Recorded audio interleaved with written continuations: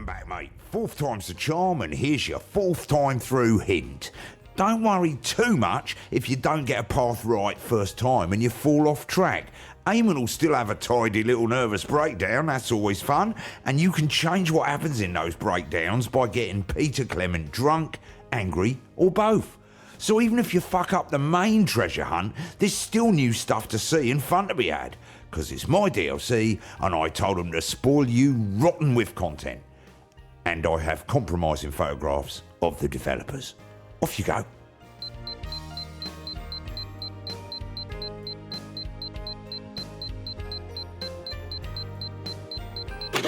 And we'll be back on tomorrow night when Karen finds out if Sharon's half-sister is also Barry's long-lost brother, and Harry comes face to face with the devastating loss of his hairline. That's The Estate tomorrow at 8:30. But before we go live to Eamon and the gang, there's just time to look forward to what's coming up later tonight on Channel 1. At 9:30, we have an in-depth documentary about the downfall of Jacob Hamilton Mann, which forced this year's early election. That's The Night Visitor at 9:30, poorly narrated by Patrick Bannon. At 10:30, Adrian Atkinson Blimey is here for a special episode of Incisors, where he sinks his teeth into the current cost of living crisis by interviewing a multimillionaire, a nurse, and a bin man to see who is suffering the worst. Here's a clue. It's not the millionaire. At 11:30, fasten your seatbelts as it's time for Wayne de Spirit Whistle to lead another terrifying exploration in Live and Spooky. And tonight, they'll be asking if the old brewery in Arsminster is haunted. Yeah, I realise that, Eric, but this isn't the news, is it? We're not reacting live to the politics here. This is a... All right, this one's going to be all politics. Family entertainment. Watching the politics is for lonely people who enjoy being perpetually disappointed. Personally, I'd rather take a cutthroat razor and cut the head off my... Yep, standing by. Good evening, I'm Eamon Titley. Behind me is a true TV legend, now running for Prime Minister, everyone's handiest man, Peter Clement. Now, Peter thinks he's been brought here tonight to film a special reunion episode of Just the Job, but as always, viewers, you know better. 10 seconds, places. 10 seconds. It's time. Places. Let's start the show. In 5, 4, 3, 4, 3.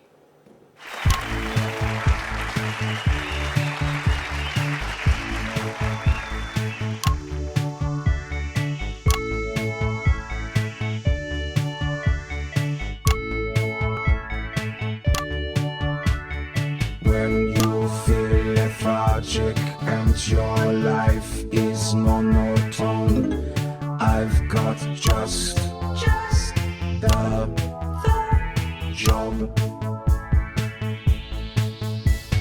When the melody of life is nothing but a drone, I've got just the job. If your woofer's dusty and it just can't raise a smile, I'll modulate your flanger and I'll twiddle with your dials. Believe me, you will hit a note you've not hit in a while. That's just the job.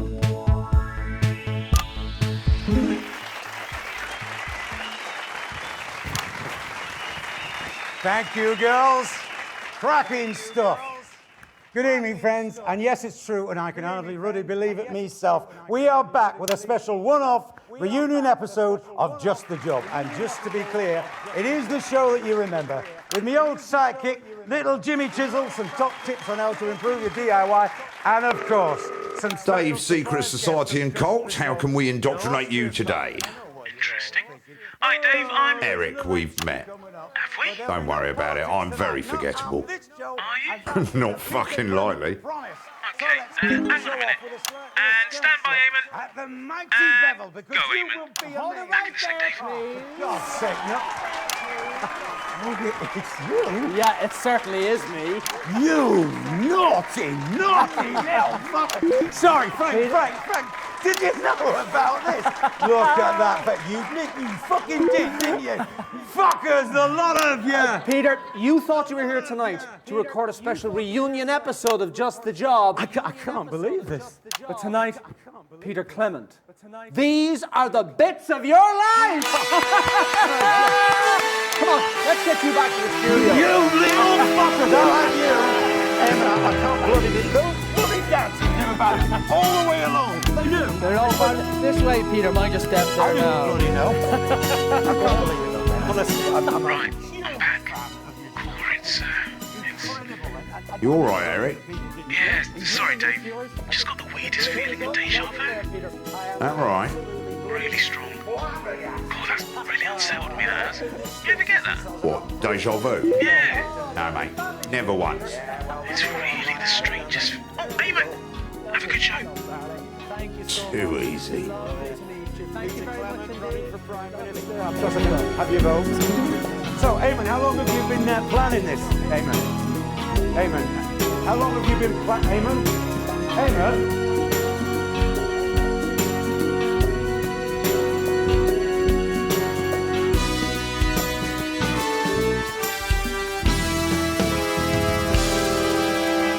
Peter Gordon Clement, you were born October 10th, 1923 in the northern town of Rotherham to Fanny and Martin Clement. And his penis still exactly same size. That's right. I think so. They got up at the crack of dawn to make the coach trip all the way down to the capital. It's your infamous old man and her long-suffering husband, Fanny and Martin Clement. Ivan Volgovich, ambassador of glorious Turkestan. Your cards are wrong. Oh, you dreadful man. You tyrannical bugger! I bring special bottle for us, but they rush me on, and so I leave backstage. You visit me at hotel 415 Capitol Road, room 6. Just note that address down in case we fancy a little drink after the show. Lovely to have you both here. So tell me, what was life like for Peter growing up in the Clement house? Like all peasant children, I imagine. Who are you calling a peasant? Poverty makes man. Hardship makes us hard. It's where word gets name, yes? Peter grew up in gutter. Actually, Eamon, ours was the first household to have a television in our street. It make him strong. And now he won't make your country strong. No, mate. I want to make it fair. Well, let's not wander into politics. Not that kind of show. Ivan the Irkistanian ambassador, everyone, with the first of the bits Oh, of time to call a guest.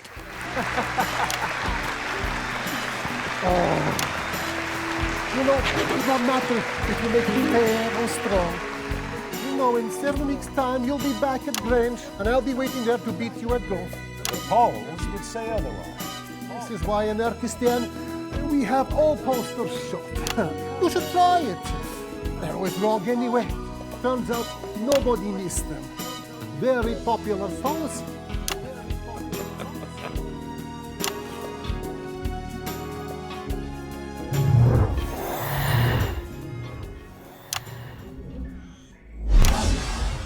In 1938, you were a 15-year-old at Rotherham Elementary, but already you had quite the reputation as a ladies' man.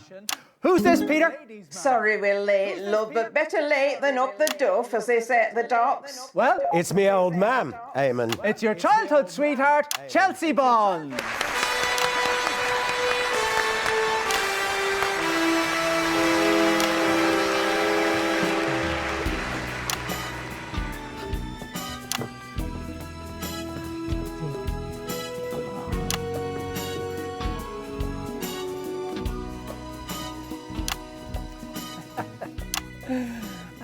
Let me ask you this. Oh, yeah, no, this still works, yeah. What do you think we could see in Peter way back then that could have predicted his path to household name and now aspiring Prime Minister? Oh, great, straight back in the feckin' politics. Oh, he were a lovely child. And he stood up for what was right, always. He stood up to you too when you've been a great big bully. Boy needed toughening up. There's more to life than singing songs and making up little plays. He couldn't stand injustice, you see.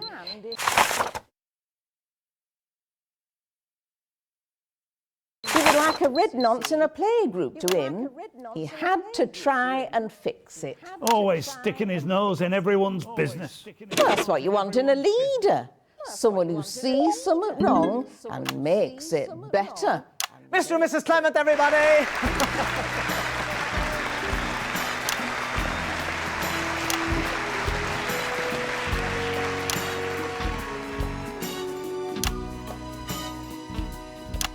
Well, just before we bring our next guest on, we've got a classic clip from Just the Job. It's over on that monitor there, Peter, if you'd like to take a look. Favourite memory? Gosh. And that's about 2 minutes. I'm going to take a closer look. I can't see that without my glasses. I remember this one time, it was the height of our second run. By this time, we knew each other way too well. Anyway, we got towards the end of the show. Everything okay? I remember this one, LJ sulked for a week. Good choice, Eric. Not my choice, if I'm honest. Can we reset, please? Too much trouble with the folks on Kids TV.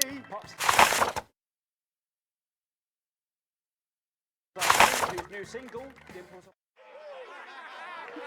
It's all going to be political, don't you think? Well, the bloke's running for Prime Minister. How do you think it was going to go? It would help if we could stick to the script. Well, Eamon, you are managing. 10 seconds, everybody. We're not incisors, are we? Of course, it wasn't that funny. Okay, we're going in 5, 4, And I'm 3. pretty badly allergic, so... What fantastic memories there from one of the nation's most beloved TV shows. Now, Just the Job had 2 successful runs, of course, from 58 to 64, and again from 1972 to 1976. And across many, many of those shows, there was always one man by your side. I may be many reprehensible things, Eamon, but I am certainly not anything as dreadful as a man. Oh, Christ, what's going on? You called me earlier, you useless shower of soon-to-be unemployed delinquents. I will be calling Bozeman immediately after this debacle, don't you worry. Eric, have a full production team is sent to my dressing room.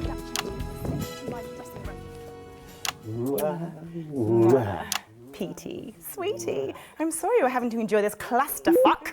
Wouldn't happen on 3.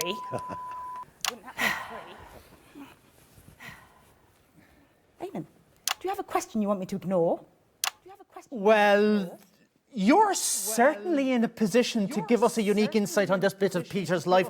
What are the differences, would you say, between the on-screen and off-screen versions of Peter Clement? Well, that's actually a good question. Oh, thank Christ. There was this famous episode of Just the Job when I was just a runner.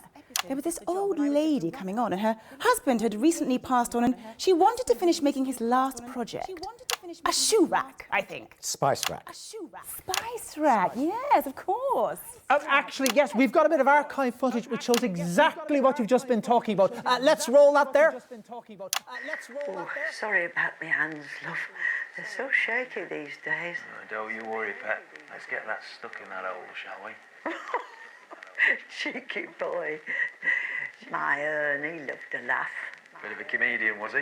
Oh, yeah. I always thought he'd end up on the telly.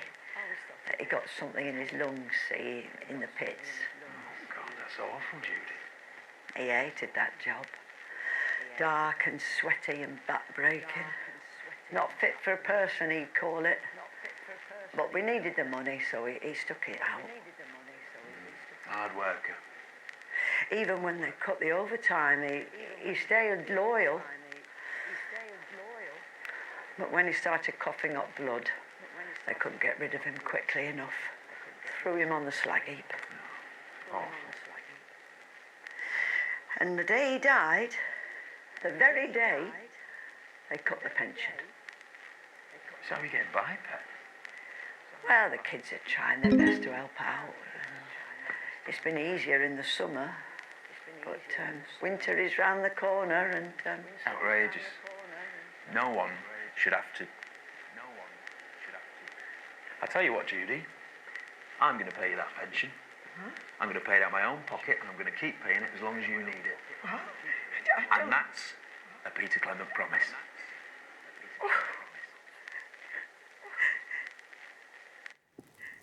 Touching stuff. How long were you paying her, Peter? Oh, bugger, I don't remember, a few years. So generous. No, not really, Eamon. It's barely a fraction of what I was getting paid to fart ass about on TV. I'm not joking, Eamon. Now it's changed for people like her. But you and me, we're drinking at the Frampton. How's that just, mate? Well, I could certainly afford to pay a little bit more. Then I've got more than I know what to do with. What about you, Eamon? Where's your cash? I have a lot of children. Dorothy Hammerman, ladies and gentlemen.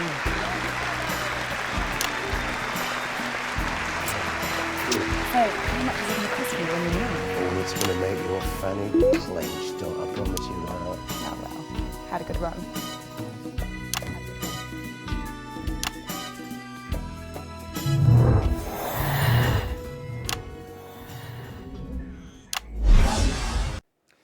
In 1941, long before Just the Job ever aired, you, like so many men of your generation, were conscripted into the army to go to the continent to fight.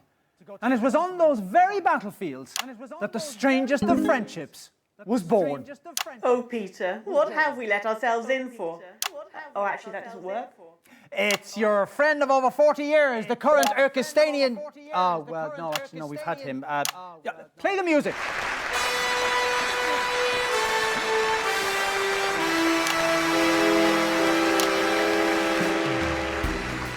No, still not true. I'm Julia Salisbury. I'm running for Prime Minister. Ah, that explains it. Yeah, I've no interest in politics. Over there.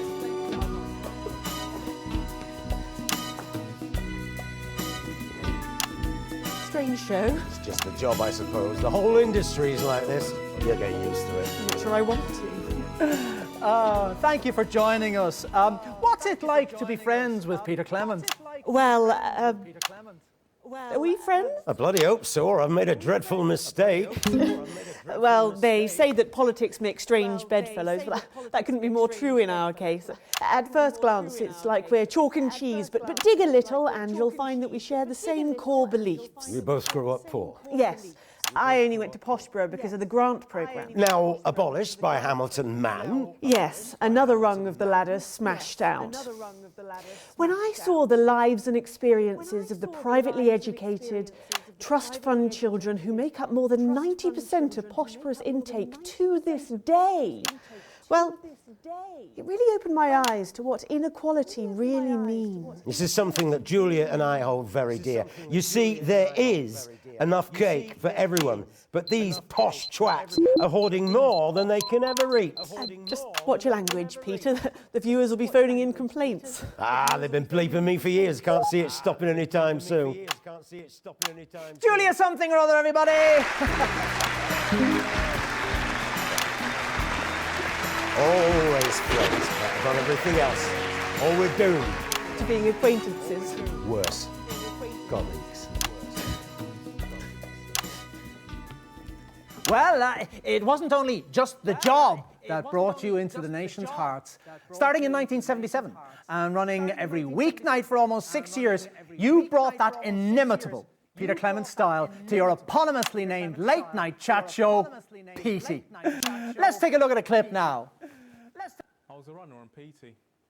It was my first proper job. And a couple of minutes back. Same as before, Eric. Yeah, that's correct.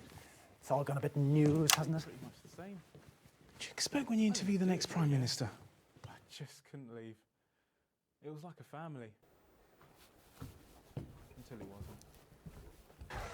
Well, ladies and gentlemen, I'm sure regular viewers will have noticed there's been something a little different about tonight's show. Normally on this show we have celebrities... Everything okay? Do you think I did the right thing, Eric? Shutting it all down for a career in politics. Of course you did, mate. If you win. Reset, everybody. Written by your own hard times. I've done a few things over the years where I can to help folks out. I've opened my checkbook. You've laughed along the way, or maybe just... You okay? Why wouldn't I be okay? Ah, good, good. Would I not be okay because thus far we've had every single guest out in the wrong order? Right, so you're not okay. Let's see how this next piece goes, shall we? Well, at least you'll make the papers. What's that then? The papers. This political stuff, this is front page news, Eamon. Front page? Yeah, and probably pages 2 to 7. This is big, Eamon. Okay. You really should read the papers. 10 seconds, everybody. What's the point? Can't do anything about any of it anyway. Okay, we are going in 5, 4, 3. Unforgettable stuff. But while you took all the credit, arguably, someone else did all the hard work, didn't they now? Now that's not how I remember it. Petey always did his share of the work with me, if you get my drift. I've no idea who that is. You? I've no idea who that is. It's on the tip of me tongue. And it wouldn't be the first time. Did they hear that? Oops, cheeky me. Cherry slice. I genuinely have no idea. I genuinely have no idea. It's Chelsea Buns. Of course it is. Oh, play the fucking music.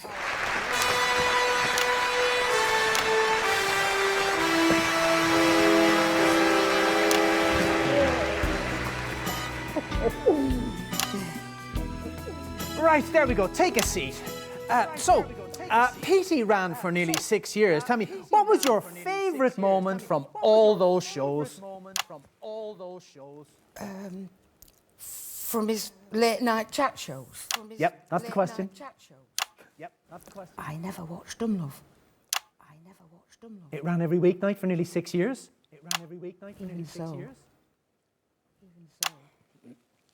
Well, this is awkward. Oh, it's not you, Peter, love. I'm sorry, it's not. It's just that, well, everything is so fucking expensive these days. I mean, look at the price of the lecky. Price of everything, really.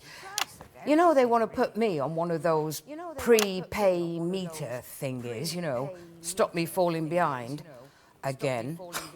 See, the way I see it, though, is, well, it's about choices. Do I watch telly for an hour, watch your show, or, I don't know, do I have 3 boils of the kettle? That kind of thing. And you know what really gets my goat?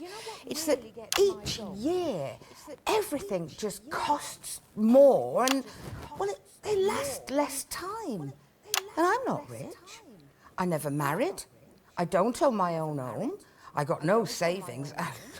Lord knows what'll happen when my back finally gives way and I can no work anymore. Do you remember when we were kids, love? If you had a job, you could get by. But nowadays, even if you have got a job, you can barely keep your head above water. Let me help you, Chels. Come on, Petey. You barely remember my name. That's what they'll put on me gravestone, you know. Chelsea Wednesday. Disposable woman. Oh, but I do remember you. Some persons hold that there is a wisdom of the head. And a wisdom of the heart. I remember. Let me help you, Chelsea. I've got money. No, Petey. Thank you, love, but it wouldn't be right.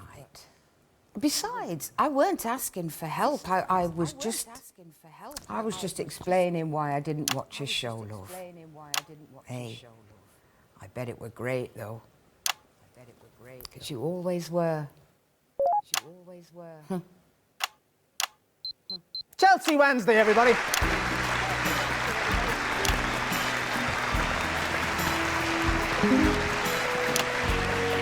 It's not right, Chels. None of it. You do me proud, right? Or else I will go to those tabloids myself and I will tell them what we did the second time you took me under that stage.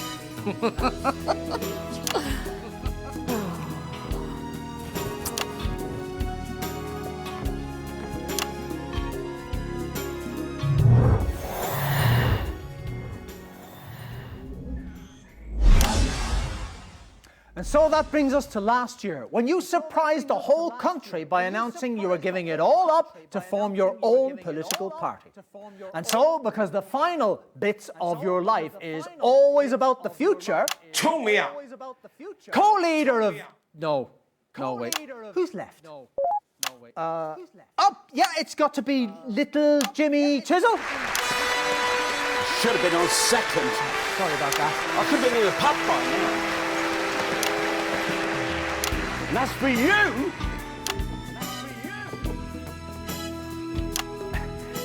Okay, excuse me there. Let's all just take a seat now. Take a seat. There we go. Well, let me ask you this. Do you think Peter Clement would be a good fit for politics? Absolutely, yes. He's a two-faced prick. He should fit right in. Jesus, LG, what's got your goat? You have, you smug bastard. Been sat back there in the holding area watching this love fest on the monitors, and no one's got the guts to tell you to your face what you really are. Oh, aye? And what's that, Jim? You're a bully, Pete. You're pranks. Not to me. Not to me, they weren't. Well, why didn't you say something? I needed the money, pal. I was living in a shitty room above a curry house and you were eating truffles with your celebrity pals. Well, we paid you, didn't we? Yeah, but it weren't much. Not with my brother and his demands. He needed special care. And those adaptations to his house, they didn't come cheap. Well, why didn't you say something? That could have helped you. Oh, put your fucking checkbook away. I'm sick and tired of you salving your conscience with grand acts of charity. That's not why I do that. What's that you're going to do if we elect you? Give everybody a right big fucking fat check. How's that going to work? How's that going to work? Oh. Little Jimmy Chisel, everybody. I trust I can rely on your vote, then. And you can sit your fucking sock up your arse and all.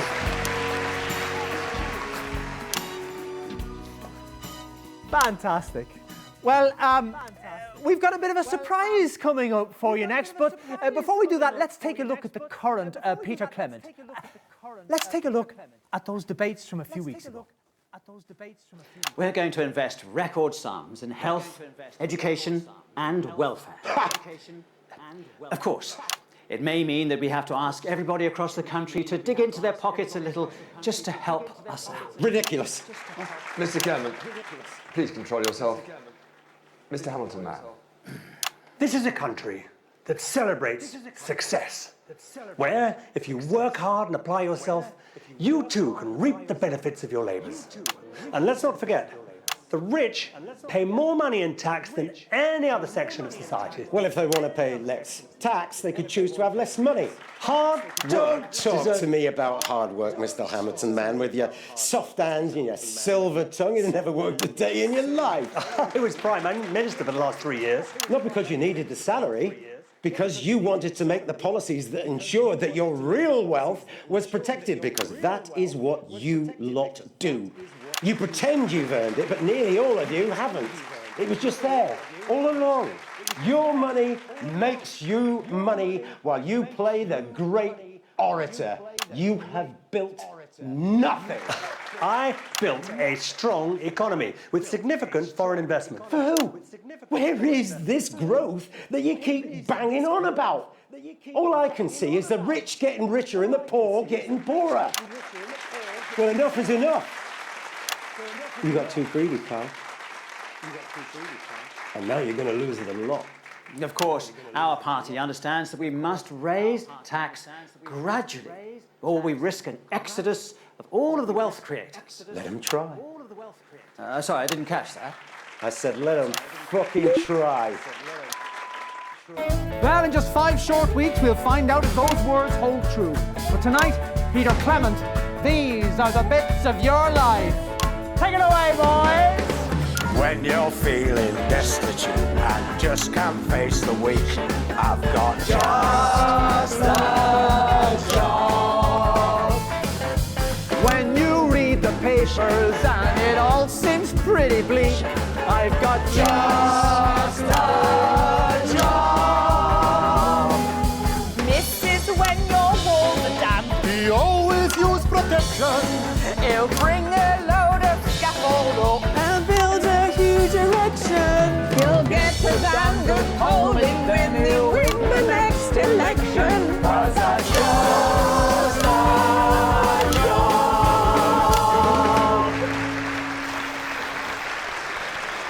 And we're out. Well, I don't know what the hell that was supposed to be. That was you being asked for an interview for the nightly news next week. What now? They called you in the song. You're going to be interviewed by Jeremy Donaldson. Oh, God, no. I hate that strange little man. And finding that we have them.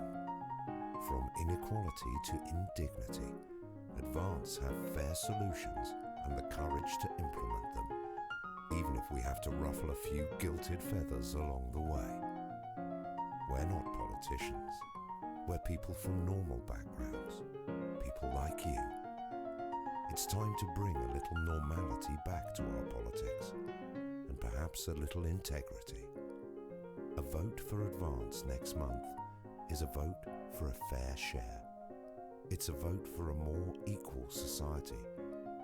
It's a vote to stop running in circles, getting nowhere. Vote Advance on November the 8th. And I'm really starting to hate this screen. He's such a sweetie when he's on your TV. It's such a treat with all the warmth he brings.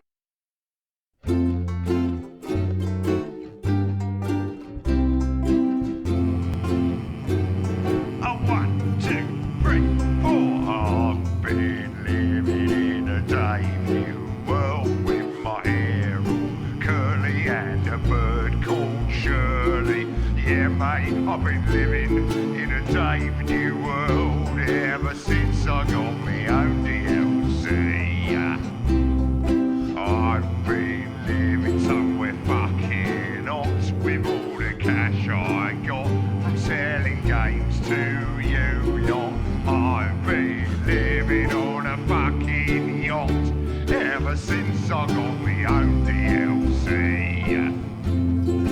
You can see me every weekend charging up a rave, 'cause a party's not a party if you haven't got a Dave. I'm the jester in the throne room, I'm the joker in the pack. So let's go and have it fucking large, 'cause Dave has got your back. You're all living in a Dave New world, a misbehaved new world, a banging rave new world. Everybody's living in